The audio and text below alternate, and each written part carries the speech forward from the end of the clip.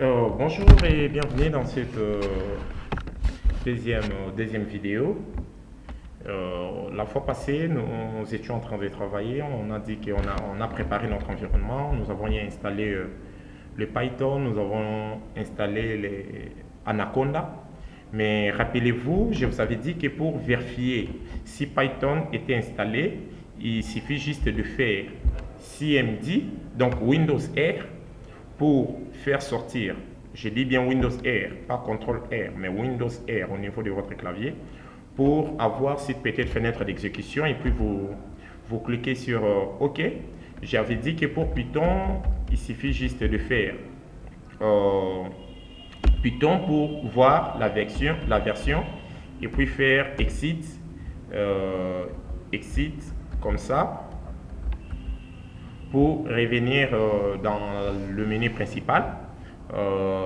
Du coup, si vous avez bien installé Anaconda et qu'il n'y a pas de problème, s'il vous plaît, essayez seulement de commenter en bas, mettez juste bon. Mais si vous avez des problèmes, mettez-moi l'erreur que vous obtenez et je vous dirai, je vais commenter, je vais vous répondre pour vous montrer comment résoudre ces problèmes-là. Et si vous utilisez Linux ou bien Mac, et vous voulez aussi apprendre comment installer sur votre environnement de travail, n'hésitez pas à commenter, comme ça je vais faire encore une petite vidéo pour vous montrer comment lancer Anaconda et Python avec Linux ou bien Mac très facilement. Alors, du coup, nous avons vérifié, nous avons vu que Python est bel et bien installé avec la version 3.7, mais comment faire maintenant pour vérifier si Anaconda est installé? D'abord, avec Python, faisons ceci. Vérifions. Avec Anaconda, qu'est-ce que nous devons faire? Anaconda, si vous installez ça, ça vous amène un éditeur de texte. Un éditeur de texte qui est mieux adapté. Je sais bien que beaucoup de gens qui me suivent, ils ont quand même une certaine notion déjà en informatique. L'éditeur de texte, c'est un programme qui vous permet d'écrire les textes en fait. Et nous en avons tellement beaucoup. Nous avons par exemple le bloc-notes avec Windows, nous avons les Notepad++, nous en avons beaucoup. Et avec Python, avec Anaconda, nous avons un éditeur de texte qui est très interactif, qui est tellement bon, que moi je trouve génial particulièrement. Comment le faire pour tester si ça passe? Il suffit juste de taper Jupyter Notebook. Vous tapez Jupyter Notebook et vous cliquez sur Enter. Une fois que vous cliquez, ça va vous amener vers cette page ici.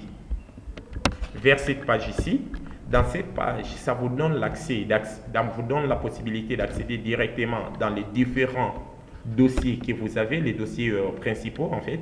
Vous pouvez accéder par exemple dans votre desktop, le bureau, pour voir les différents fichiers que vous avez au niveau du bureau.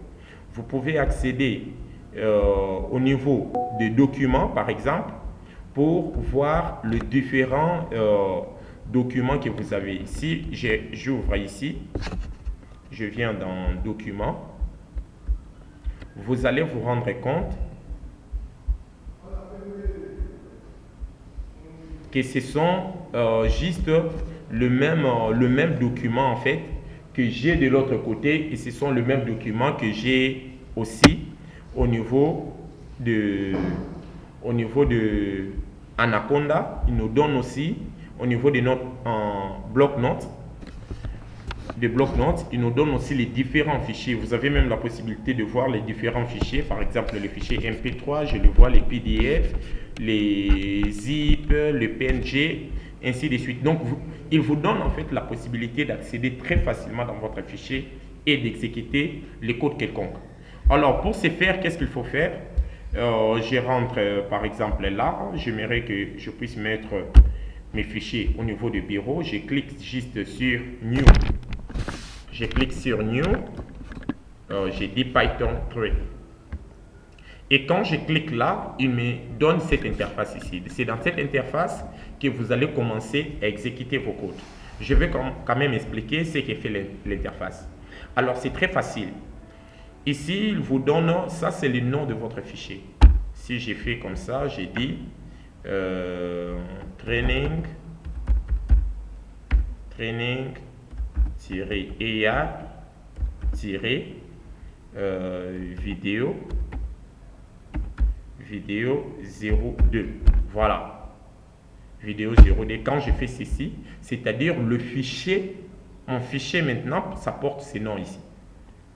Et je peux écrire quelque chose. Par exemple, si j'écris print, par exemple, bonjour, ou bien bienvenue, welcome to our training. Et quand si je clique sur exécuter, il me donne le message welcome to our training. Du coup, je peux encore écrire. J'ai dit par exemple que A égale bonjour Onésime. Quand je fais ceci, et puis j'ai dit print A par exemple. Quand je fais ça, je clique sur Enter, il me dit bonjour Onésime, ainsi de suite. Du coup, comment c'est fait avec Jupyter Notebook? C'est un logiciel en fait qui vous permet vraiment d'interagir avec vos codes très facilement au lieu d'utiliser l'écran noir, les CMD comme nous avons vu avec Python bien auparavant. Avec le Jupyter Notebook, je vais quand même expliquer. Ici, c'est pour éditer en fait. Quand je suis là, j'ai dit que non, je vais éditer. Il me dit, je peux couper 4 to 4. Couper une cellule, je peux recopier une cellule et je peux faire ceci. Par exemple, quand je suis là, j'ai dit edit, j'ai dit copy et je suis là, j'ai dit piste. Vous voyez que la cellule qui était au-dessus, je viens de les copier là. Je peux prendre l'autre cellule, j'ai dit edit 4, je vais copier ça là, je viens là, j'ai dit piste above, piste below, c'est-à-dire mettre au-dessus, mettre en bas, remplacer, ainsi de suite. Si je dis par exemple below, quand j'ai fait ceci, c'est-à-dire que ça m'affiche ça en bas de la cellule ici. Et ça, c'est l'option de edit. Je ne peux pas tout expliquer. Au fur et à mesure que vous serez en train de travailler, vous allez voir, vous avez la possibilité de faire les merges, c'est-à-dire de fusionner les cellules.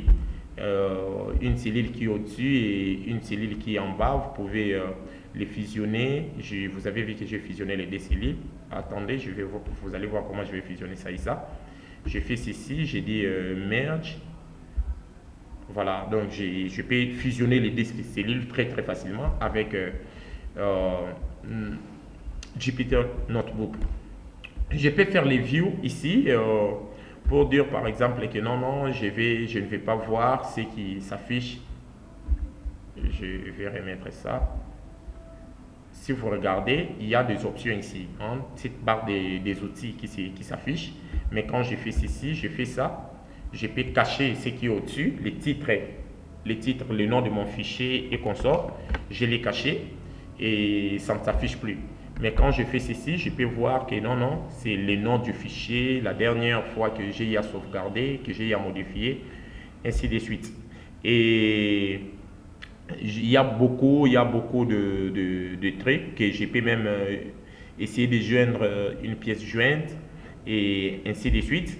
Et puis, à partir de là, prenons que je suis là, je vais insérer une cellule entre les deux cellules. Qu'est-ce que je fais? Je suis là, j'ai dit insert above.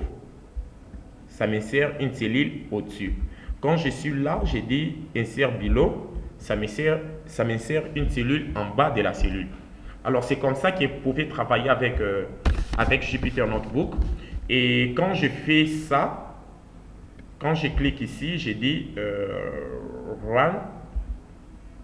Il me run pour m'afficher les deux messages. Par exemple, ici, je peux modifier, je peux dire bioinformatique.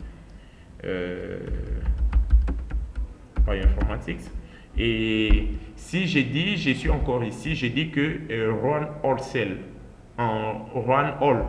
Quand je fais ceci, il va m'exécuter toutes les cellules se trouvant dans mon fichier Jupyter Notebook.